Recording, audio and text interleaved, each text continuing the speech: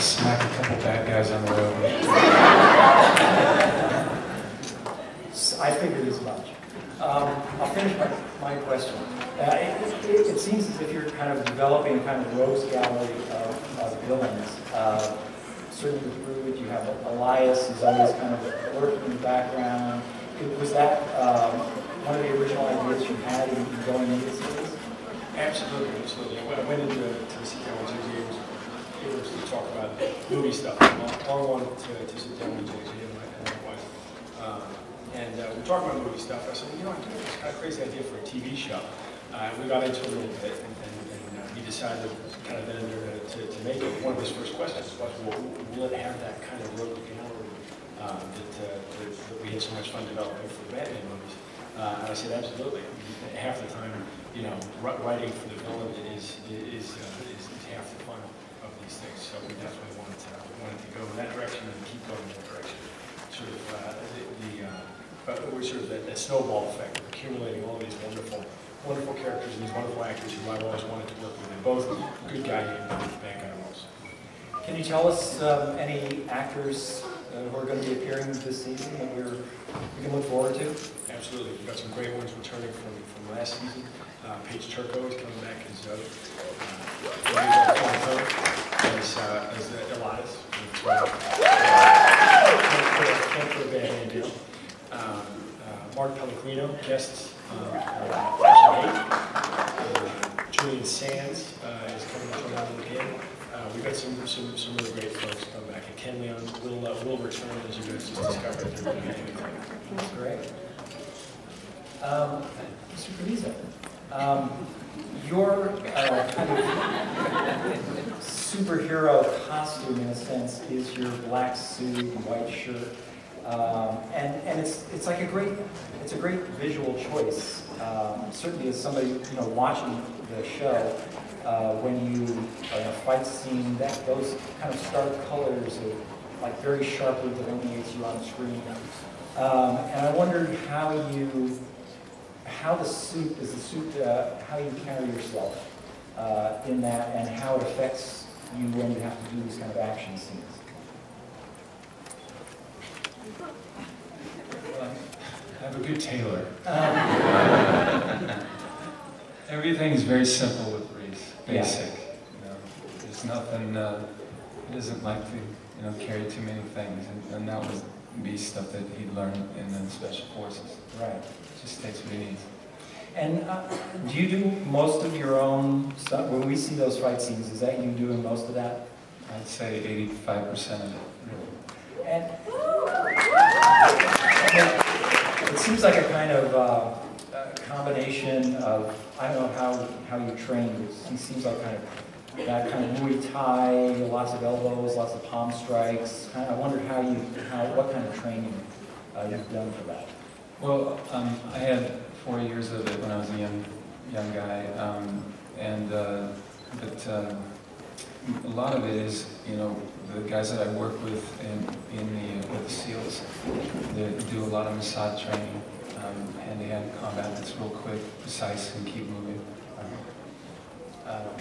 And does that require kind of a workout? Do you sort of keep yourself, do you have to train regularly for that kind of thing? In the off season, I train regularly with it and just try to pick up stuff because we're moving so quickly. It's hard to learn it right there on the spot. But I have a really good stunt choreographer and double that take care of quite a bit of the stuff too, and they're great teachers. Mr. Nolan, the show has a really distinctive look, and there were stylistic decisions that you must have had to make right from the pilot that you knew would continue on through the entire length of the series. Thinking in particular of the fisheye lens, the point of view of the machine, the way the jumps in time are established on screen. And I wondered whether, now that you've done it for a season, you're into the second season, whether there are things you would have done differently that might have made your life easier technically, or whether you're pleased with those decisions you made and how to present the show stylistically. not a lot of regrets from the first season. We managed to fix, I mean, the idea from the beginning, I never shot anything, worked on anything that wasn't shot on film. My brother is a big stickler for film, and so we knew going into this show, the limits of network television, the speed at which you have to work, all the productions are moving over to digital. And one of the things that I was sort of jumping off point from the show is, look at all the cameras. Look at all the cameras in this room, probably number in the thousands. And if they were all connected together, harnessed together, if you could see through all of them, what would that look like? I like the idea that if we were going to be shooting digitally, that meant we could build I'm a bit of a gizmo guy. I love tech stuff, and I thought, well, this is a great opportunity to work with lots of different cameras. So when you're watching the show every week, what you're watching is a lot of footage that's shot on the Ariel X's, which are like a $100,000 camera. We got some shots in there that were shot on like a $200 Casio, pocket cam that I would carry with me in the scout van. Working on, we shot the pilot with David Sell, was a fantastic director who worked to embrace all of that. But then going forward in the series with Richard and Marco, we really had to figure out how do we get all this footage. We generate far more footage than most network shows in a given week. And one of the things that I love about our amazing crew is the ambition of it. So I showed up on set a couple nights ago for the first night, and I was introduced to, what the hell is it called, Wally? Wally. Wally is like a robot with a camera, with a robotic camera head that we could take around and send up to get those surveillance shots, because it became kind of, the first season it was a guy on a ladder 20 feet up with an SLR. And I said, now we're building robots. Next year our ambition is to have a drone.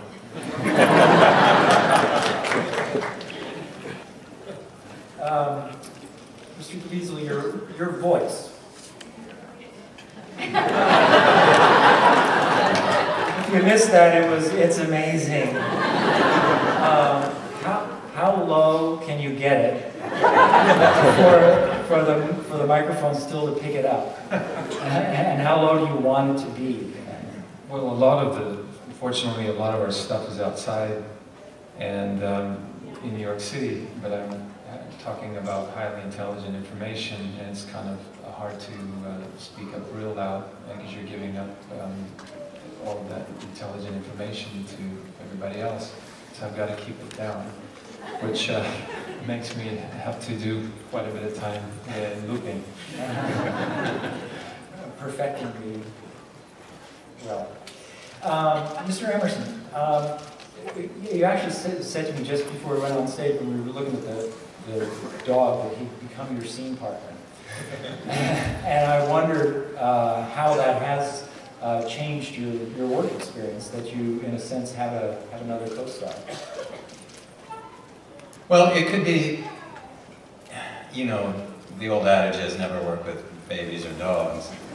And there's sense to that, because you'll never win the scene. And you give the best performance of your life, and the dog or the baby will still be more fascinating than you, because they're purely not trying. There's no acting. It's a dog and a baby, and they do just what they do. But I have to say that I've grown really fond of Boker, my comrade. And it is a little, you have to do the scene, you have a few more repetitions, because Boker doesn't always hit his mark perfectly. Can you imagine? But after a while, there's also something freeing. It's that thing of, if you worry about somebody else, it frees you up a little bit. So I'm maybe not being quite so particular about my little bit of play acting, and thinking about how can I help Boker to get where he needs to be, and try to read his mind a bit and predict his behaviors. So I'm getting to enjoy it, I have to say. And I'm a dog person to begin with, so it's great. You're a very generous actor. Well, I don't know. Ms. Henson, I must say that when I saw the pilot of the show, I thought, oh, I can't believe they have somebody as talented as Taraji P. Henson who's going to play this cop who's just going to be like, what's going on here? And is going to kind of funnel information to these two heroes. But obviously, as the series went on, we really began to see how your character is going to play in such a crucial way. And I wondered if when you first came into the show, whether you had any apprehension that this could indeed prove to be just a kind of cop, you know, trying to play by the book, reacting off these two guys kind of role, and that it would be limiting to you. Well, I'm an actress. Anybody has followed my career, I don't really believe in small roles. I mean, I've done movies where I had like one line and people are still quoting the lines today, so I don't really operate from there. I guess for me, the most exciting thing was getting the call from a writer like Jonathan Nolan. Like, you know, he called me personally because I told my people I don't want to do TV. I hate TV. I don't like the pace. You never know what's going on, the script, and I really don't know what's going on this show. Everything is so secretive. But the writers are so brilliant. You just, you know, I trust them. But when he called and he said, you know, I had like a pilot television script, they were just sitting there. And he called and he was like, you know, I don't know if you've read the script yet. And I was like, I'll be honest, I haven't. And he was like, you know, read it, and, you know, the characters, she's not really in there in the pilot, but I promise you we have things in store for her. So, you know, it was a no-brainer for me. I mean, it's not every day I get a writer like Jonathan Nolan, a writer of that caliber, calling me saying, I want to write for you. That's a no-brainer. The man said he wants to write for me, come on. So I knew there was going to be more, you know, for the character. And I like that pacing because I really don't, TV scares the heck out of me because it's so fast and the scripts are coming so fast and you never know where your character's going to go. And it's just, it's a lot of anxiety because I'm used to the world of feature film where, you know, you have 150 or 20 pages and you know what your character is. And this scares the heck out of me because I don't know, I mean, 5 years from now, Carter could have been born a man. I mean, you don't know. But the writing is so, don't you do it, Jonah.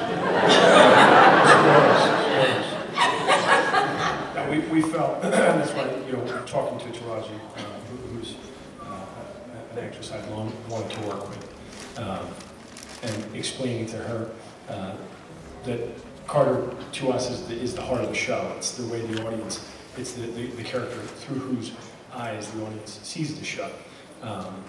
But watching her journey through the first season, it's really the journey. It's her journey from the beginning to the end, that she's chasing these two ne'er-do-wells, and then slowly but surely learning that she really has more in common with these outlaws than she does with the cop sitting right next to her in the 8th precinct. So the fun for us and the ambition with the show is that these characters, the relationships, they're never in one place. There's always a journey that we're on. And then, you know, there are the dark sides to that, the upsides. But we're in a nice moment with all of our characters. Everything's great, and we're about to smash that to pieces. In what way? Stay tuned. In a way, it's a kind of brilliantly both simple and very complex show. And I could see how a network like CBS would bite at a very straightforward concept in the sense of you have two characters, brains and brawn, and you have this gimmick, machine, and you have a case of the week that can be solved at the end of an hour. And in that sense, it's very much a CBS show in the manner of CSI or Criminal Minds or NCIS. But as the season went on, there's just these layers of character development and a kind of very gradual but persistent layering in of mythology and themes and talking about artificial intelligence and corruption on the very highest levels. And I just wondered how you initially presented it to CBS, whether the network understood how complex you really wanted to go, and whether you really wanted that whole arc of the first season, whether you laid that out to them. Yeah, absolutely. We felt from the beginning, I'm a big believer in you develop the idea, you figure out what it is, and then you figure out what the best home for it would be. To me, this was always a CBS show. For exactly all the reasons, I think you actually would have sold it much faster than I did. You explained it much more articulately than I did. But that was the idea. You look right now at the state of television, it's kind of an interesting place. And it's not a million miles away from the film business. When I first started working in the film business, we had summer movies that reached a massive audience, and then you had a kind of award bait at the end of the year. And I think what's happening on TV right now is you have network television shows which reach a vast audience, but too often can become very, very staid, just sort of frozen in the amber. If it's working,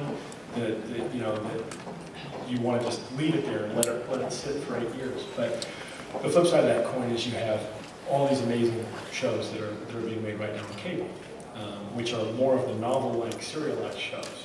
But to me, the high watermark was always to be able to do both.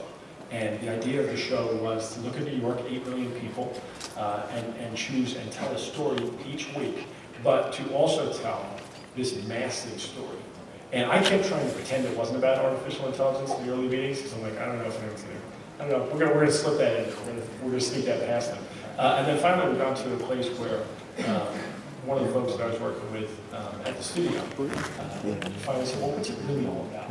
I said, okay, here's what